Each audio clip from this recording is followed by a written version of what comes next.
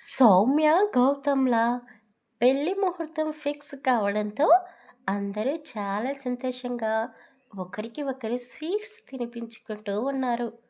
అదే సమయంలో చాలా సంతోషంగా శోభారాణి కూడా ఆమె లగేజ్‌తో ఇంట్లోకి వచ్చింది. ఆవిడని సడన్‌గా అక్కడికి వచ్చేయడంతో అందరూ షాక్ అయ్యారు. అమ్మా సౌమ్య, నీకు త్వరలో పెళ్లి జరగబోతుంది అని తెలిసి నిన్ను చూడాలనిపించి ఇక్కడికి వచ్చాను. నువ్వు పెళ్లి చేసుకొని పిల్లా పాపలతో సంతోషంగా ఉండాలి తల్లి అని ఆవిడ మనస్ఫూర్తిగా దీవించింది. ఆమె సంతోషాన్ని చూసి సౌమ్య కూడా హ్యాపీగా ఫీల్ అయ్యింది. కానీ వాళ్ళిద్దరినీ చూసి శారద తట్టుకోలేకపోయింది. బావగారు, ఆవిడ ఎందుకండి ఇక్కడికి వచ్చింది? మను, నువ్వేమైనా పిలిచావా అని చాలా కోపంగా అడిగింది. అయ్యో పిన్ని, నేనేమీ పిలవలేదు అని మనోహర్ అన్నాడు. శారద, కోప్పడకు. శోభకి మన సౌమ్య అంటే ఎంత ప్రేమనో చూస్తున్నావు కదా. అయినా శోభ ఇక్కడికి రావడం వల్ల మనకేం నష్టం కలగదు కదా అని నరసింహ గారు అన్నారు. నష్టమా? ఇంకేం నష్టం బావగారు? తన వల్ల అక్క ఆరోగ్యం ఎలా ఉందో చూస్తున్నారు కదా. ఇప్పుడు దాని కన్ను నా కూతురు మీద పడింది. చూస్తున్నారా, సొంత తల్లిలా ఎలా దొంగ ప్రేమను కురిపిస్తుందో అని శారద చాలా కోపంగా అంటూ ఉంది. శారద మాటలు విని యాదగిరి శోభ వైపు, సౌమ్య వైపు చూశాడు. నిజంగా వారిద్దరినీ చూస్తుంటే తల్లి కూతురులాగే ఉన్నారు. కాదు కాదు, వాళ్ళు తల్లి కూతుర్రే. నేనే వాళ్ళని విడదీశాను. నేను ఎంత పెద్ద తప్పు చేశానో ఇప్పుడే తెలుస్తుంది. శోభ జీవితం నేనే నాశనం చేశాను. నన్ను ఎంతగానో ఆరాధిస్తున్న నా కూతురిని చంపేస్తాను అని బెదిరించాను. ఆ క్షణం తల్లి మనసు ఎంత బాధపడిందో. అసలు నాలాంటి తండ్రి ఈ భూమి మీద ఇంకెవరైనా ఉంటారా? నేను ఎంత పెద్ద తప్పు చేశానో తెలుసుకోవడానికి నా జీవితకాలం పట్టింది. అయ్యయ్యో, ఇప్పుడు నేను అనుభవిస్తున్న ఈ ఆవేదన శోభ అనుభవించింది. పాపం, నా వల్ల నరక యాతన పడింది. ఎన్నో అవమానాలను భరించింది. శోభ, నేను క్షమించమని కోరే అర్హత కూడా కోల్పోయాను. కానీ నాకు నా కూతురంటే ప్రాణం. ఒకప్పుడు తనని నా సేఫ్టీ కోసం కూతురిలా యాక్సెప్ట్ చేశాను. కానీ సౌమ్య నా కూతురే కదా. నన్ను ఎంతగానో ఆరాధించే నా కూతురుని నేను దూరం చేసుకోలేను. ఎప్పటికీ తనకి నిజం తెలియకూడదు. ఎలాగైనా సరే శోభ కాళ్ళ మీద పడి నిజం చెప్పొద్దు అని బ్రతిమాలుకోవాలి అని యాదగిరి మనసులోనే తపన పడుతూ తాను చేసిన తప్పుల గురించి ఆలోచిస్తూ బాధపడుతూ ఉన్నాడు. అయ్యో, ఏంటండి, కళ్ళలో నుండి ఆ కన్నీళ్ళు ఎందుకు వస్తున్నాయి అని శారద యాదగిరిని చూస్తూ అడిగింది. ఏంటి, నా కళ్ళలో నుండి కన్నీళ్ళు వస్తున్నాయా అంటూ యాదగిరి చేతులతో కన్నీటి చుక్కలని తుడుచుకుంటూ, ఇవి కన్నీళ్ళు కావు, నా కూతురి పెళ్లి జరగబోతుంది అన్న సంతోషంతో బయటికి వచ్చిన నీటి చుక్కలు అని కాస్త చిరునవ్వులు పెదాలపైకి తెచ్చుకుంటూ అన్నాడు. బాగుంది, కూతురికి పెళ్లి జరగబోతుంది అని ఇప్పటి నుండే ఏడుస్తూ కూర్చుంటారా? ముందు జరగాల్సిన పనులు చూడండి. ఆ శోభ ఇక్కడికి ఎందుకు వచ్చిందో తెలుసుకోండి అని చెప్పింది. శిరీష చాలా సంతోషంగా శోభాని పలకరించి ఆమెకి భోజనం తినిపించింది. చాలాసేపటి తర్వాత శోభ మనోహర్ని, నరసింహాని చాటుగా కలిసి ఆమె బ్యాగులో నుండి కొన్ని పేపర్స్ తీసి వాళ్ళ ముందు పెట్టింది. శోభ ఒంటరిగా ఉంది అనుకొని యాదగిరి ఆమెని కలవడం కోసం వెళ్ళాడు. వీళ్ళు ముగ్గురు మాట్లాడుకుంటూ ఉంటే యాదగిరి అక్కడి నుండి వెళ్ళిపోవాలి అనుకున్నాడు. కానీ శోభ మాట్లాడేది వింటూ అలాగే ఉండిపోయాడు. మనోహర్, ఇవే నేను సంపాదించిన ఆస్తి పత్రాలు. వీటిని నువ్వు సౌమ్యకి ఇస్తున్నట్టుగా నీ తరపున నా కూతురికి ఇవ్వు. నేను ఈ ఊరిని వదిలి వెళ్ళిపోతున్నాను.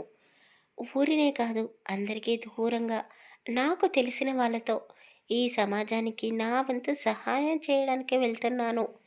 నేను తిరిగి రాకపోవచ్చు. వీటిని నువ్వే సౌమ్యకి ఇవ్వు. నేను ఇస్తే తను తీసుకోదు. అంతేకాదు, ఇంత విలువైన ఆస్తిని నాకెందుకు ఇస్తున్నారు అని నన్ను నిలదీసి అడుగుతుంది. నేను సమాధానం చెప్పలేని పరిస్థితిలో ఉన్నాను. ఒకవేళ నా గురించి నిజం తెలిస్తే కన్న ప్రేమని, పెంచిన ప్రేమని సమానంగా చూడలేకపోవచ్చు. అంతేకాదు, శారద గారు సౌమ్య తన కూతురు కాదు అని తెలిస్తే తట్టుకోలేదు. ఎలాగో నేను ఒంటరిగా బ్రతకడానికి అలవాటు పడ్డాను కదా, ఇక ముందు కూడా అలాగే ఉంటాను అని కన్నీళ్లు కారుస్తూ చెప్పింది. ఆమె మాటలు విని యాదగిరి కూడా చాలా బాధపడుతూ ఉన్నాడు. ఆంటీ, మీరు చెప్తుంది బాగుంది, కానీ సౌమ్య పెళ్ళి అయ్యే వరకు ఇక్కడే ఉండి పెళ్ళి అయ్యాక వెళ్ళొచ్చు కదా అని మనోహర్ బ్రతిమాలుతున్నట్టుగా అన్నాడు. లేదు మనోహర్, నేను వెళ్ళాలి.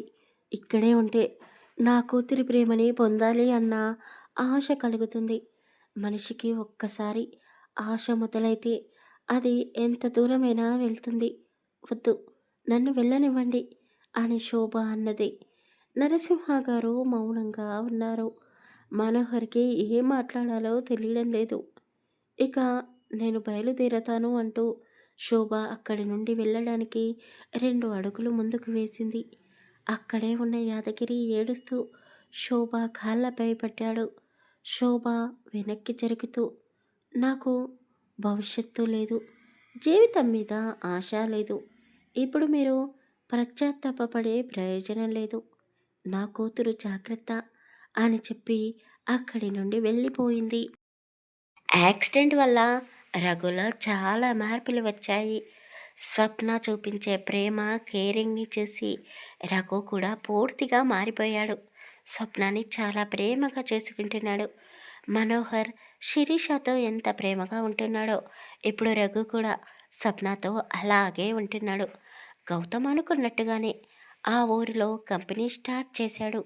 ఎంతోమందికి మంచి జీతాలతో జాబ్స్ని ఇచ్చాడు. కీర్తికి కూడా పెళ్లి చేయాలి అని గౌతమ్ ఎంతగానో ప్రయత్నాలు చేస్తూ ఉన్నాడు. కానీ కీర్తి ఇప్పుడే పెళ్ళి వద్దు అంటూ ఆమె బిజినెస్ని ఎలా డెవలప్ చేయాలా అని ఆలోచిస్తూ చాలా బిజీగా ఉంది. బాబు గౌతమ్, మీ పెళ్ళికి ఇంకా కొద్ది రోజులే ఉంది. మనం శుభలేఖలు అచ్చు వేయించాలి. మీ తరపు బంధువులు ఎవరైనా ఉంటే వారిని పిలిపిస్తావా? అలాగే మీ అమ్మా నాన్నల పేర్లు చెప్పండి బాబు. వాళ్ళ పేర్లు కూడా శుభలేఖలో అచ్చు వేయించాలి కదా అని నరసింహ గారు అడిగారు. కీర్తి, గౌతమ్ ఇద్దరు ఒకరిని ఒకరు చూసుకుంటూ, మామయ్య, మాకంటూ పెద్దగా బంధువులు ఎవ్వరూ లేరు, అంతా మీరే అని గౌతమ్ అన్నాడు. అతని మాటలు విని వాళ్ళందరికీ చాలా బాధగా అనిపించింది. బంధువులు ఎవరూ లేరా? మరి మీ అమ్మా నాన్న పేరేంటి బాబు అని శారద అడిగింది. మామయ్య, నన్ను నా చెల్లెలు కీర్తిని చూస్తే మీకు ఏమనిపిస్తుంది? ఎవరైనా దగ్గర వారిని చూసినట్టుగా అనిపిస్తుందా అని గౌతమ్ వాళ్ళిద్దరి మామయ్యల ముందు నిలబడి అడిగాడు. అవును బాబు, మిమ్మల్ని చూస్తుంటే నాకు కావలసిన వాళ్ళలాగే, తెలిసిన వాళ్ళలాగే అనిపిస్తుంది. కానీ ఇప్పుడు ఎందుకు అడుగుతున్నావు అని నరసింహ గారు అడిగారు. మామయ్య, నన్ను కీర్తిని క్షమించండి. మీ దగ్గర మేము నిజం దాచాము. మేమిద్దరం మీ చెల్లెలి పిల్లలం. మా అమ్మ కోరిక మేరకే ఈ ఊళ్ళో కంపెనీ పెట్టాము. మా అమ్మ ఎప్పుడూ అంటూ ఉండేది, నా పుట్టిన ఊరికి నేను ఏదైనా సహాయం చేయాలి అని. అసలు మా అమ్మ ఎలా చనిపోయిందో తెలుసా మీకు? ఒకసారి మా అమ్మని ఈ ఊరికి రమ్మని మీరు కబురు పంపించారు కదా, అప్పుడు చాలా సంతోషంగా మిమ్మల్ని కలవడానికి బయలుదేరింది. కానీ అమెరికా నుండి ఇండియాకి రాగానే వాళ్ళ కార్కి యాక్సిడెంట్ జరిగింది. అమ్మ నాన్న ఇద్దరూ యాక్సిడెంట్లో చనిపోయారు. అప్పటి నుండి ఇండియాకి రావాలి అంటే నాకు కోపం. అందుకే ఇన్ని రోజులు రాకుండా అక్కడే ఉండిపోయాను. కానీ మా అమ్మ రాసిన డైరీలో ఊరి కోసం ఏదైనా చేయాలి అని ఉంది. అది చదివిన తర్వాతే కీర్తి ఇక్కడికి వచ్చింది. సౌమ్యని చూసి అచ్చం మా అమ్మలాగే ఉంది అని నాతో చెప్పింది. నేను ఇక్కడికి సౌమ్య కోసం మాత్రమే వచ్చాను. సౌమ్యలో నేను కీర్తి మా అమ్మను చూసుకున్నాము. అంతేకాదు సౌమ్య నాకు చాలా బాగా నచ్చింది. అందుకే పెళ్ళికి ఒప్పుకున్నాను అని గౌతమ్ నిత్యం చెప్పగానే నరసింహ యాదగిరి చెల్లెళ్ళని తలుచుకుని బాధపడ్డారు. అంటే నువ్వు మా ఆడపడుచు కొడుకువా? ఎన్ని రోజులు నిజం తెలియక నువ్వు ఎవరో ఎలాంటి వాడివో అని నా మనసులో చిన్న భయం ఉండేది. ఇప్పుడు ఆ భయం లేదు అని శారద కూడా చాలా సంతోషంగా గౌతమ్ని కీర్తిని దగ్గరికి తీసుకుంటూ అన్నది. చూశారా మామయ్య, భూమి చాలా చిన్నది అని పెద్దలు ఊరికే అనలేదు. తిరిగి తిరిగి ఏ గుటి పక్షులు ఆ గుటికే చేరుకున్నాయి అని శిరీష అన్నది. అవునవును అక్క, నువ్వు నిజంగా చెప్తున్నావు. మనోహర్ని ఇప్పుడు నేను అందరి ముందే కాదు కదా, ముఖ్యంగా నీ ముందు కూడా బావా అని పిలవచ్చు కదా అని కీర్తి అనగానే శిరీష ముఖంలో నవ్వు చెరిగిపోయింది. వామ్మో, అటు తిప్పి ఇటు తిప్పి మళ్ళీ కీర్తి నా బావ వైపే మళ్ళిందా అని మనసులో ఉడుక్కుంటూ అన్నది. శిరీష మనసులో ఏముందో తెలుసుకున్న ఇంట్లో వాళ్ళందరూ ఒక్కసారిగా నవ్వేశారు.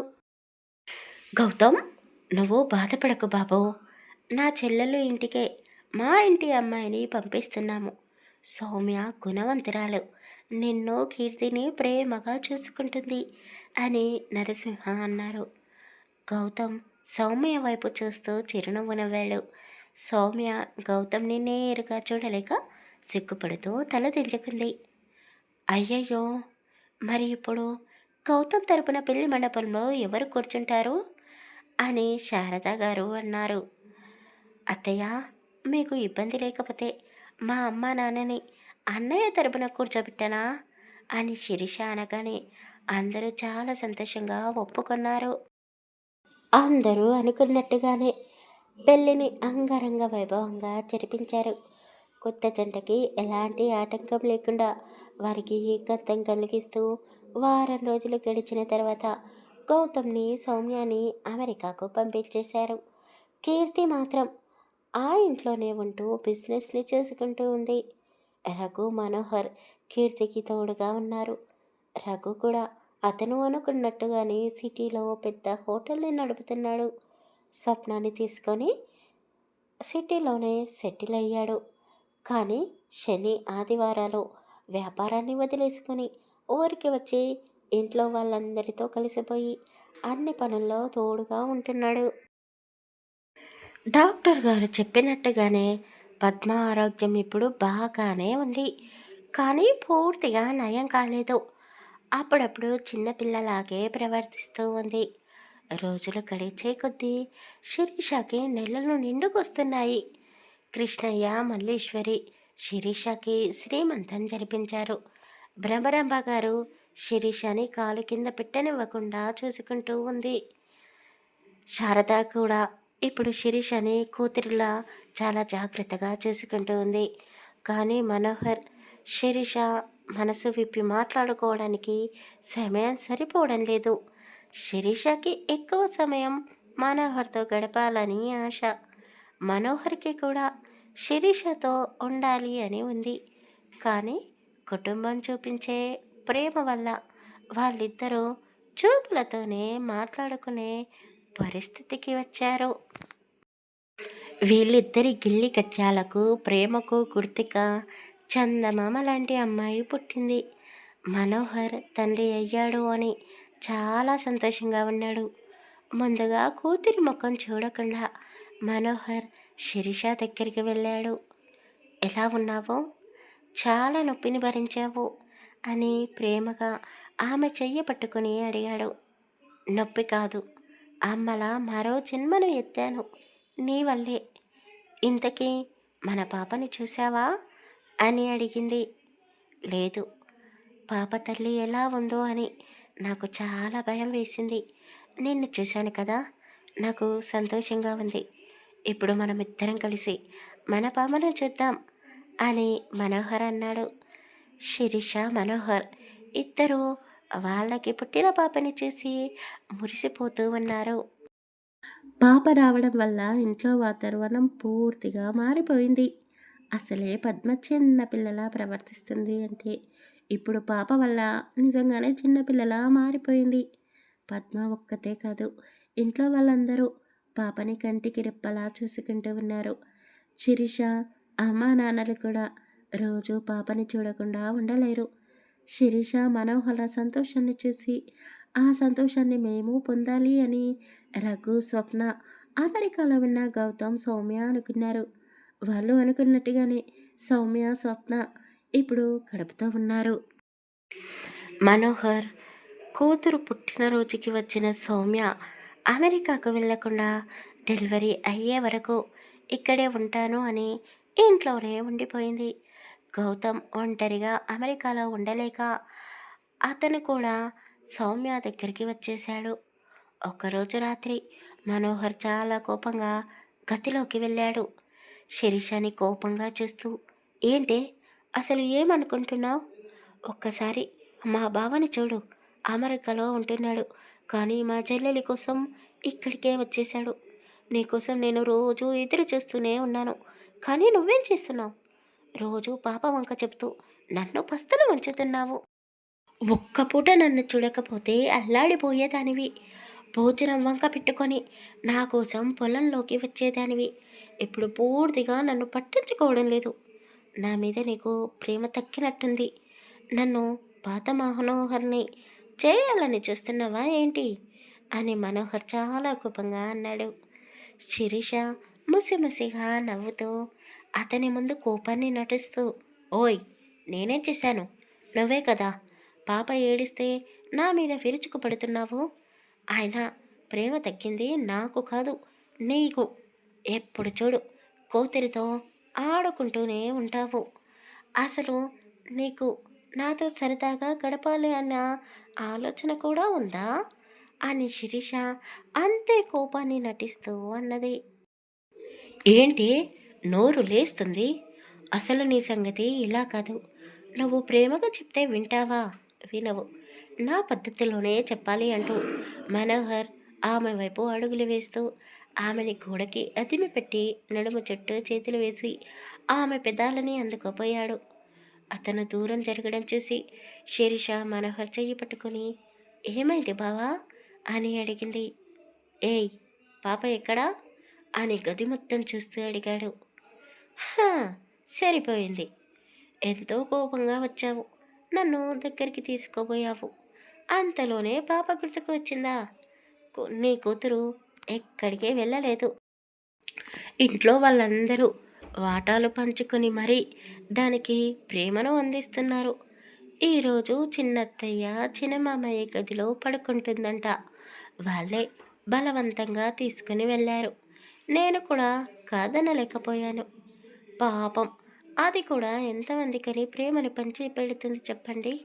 అందుకే ఒక నిర్ణయానికి వచ్చాను అని శిరీష అనగానే మనోహర్ కనుబొమ్మలు ముడిచేస్తూ, ఏంటి అని అడిగాడు. ఏమీ లేదు బావా, మన ఇంట్లో ఎంతమంది ఉన్నారు, అంతమంది పిల్లలని మనం కనిపెడదాం అని అన్నది. ఓస్, అంతేనా అని మనోహర్ అన్నాడు. అతనికి అర్థం కాక మళ్ళీ ఒకసారి ఆమె వైపు చూస్తూ, ఏంటే, ఏమన్నావు? మళ్ళీ ఒకసారి చెప్పు అని అడిగాడు. ఏమీ లేదు, ఏమీ లేదు, నేనేదో ఊరికే తమాషాగా అన్నాను అని శిరీష సిగ్గుపడుతూ అన్నది. మనోహర్ ఆమెను దగ్గరికి తీసుకుంటూ, సిరి, నీకు ఇబ్బంది కలిగితే నేను తట్టుకోలేనే. పాప పుట్టేటప్పుడు నువ్వు ఎంత బాధని అనుభవించావో కళ్ళారా చూశాను.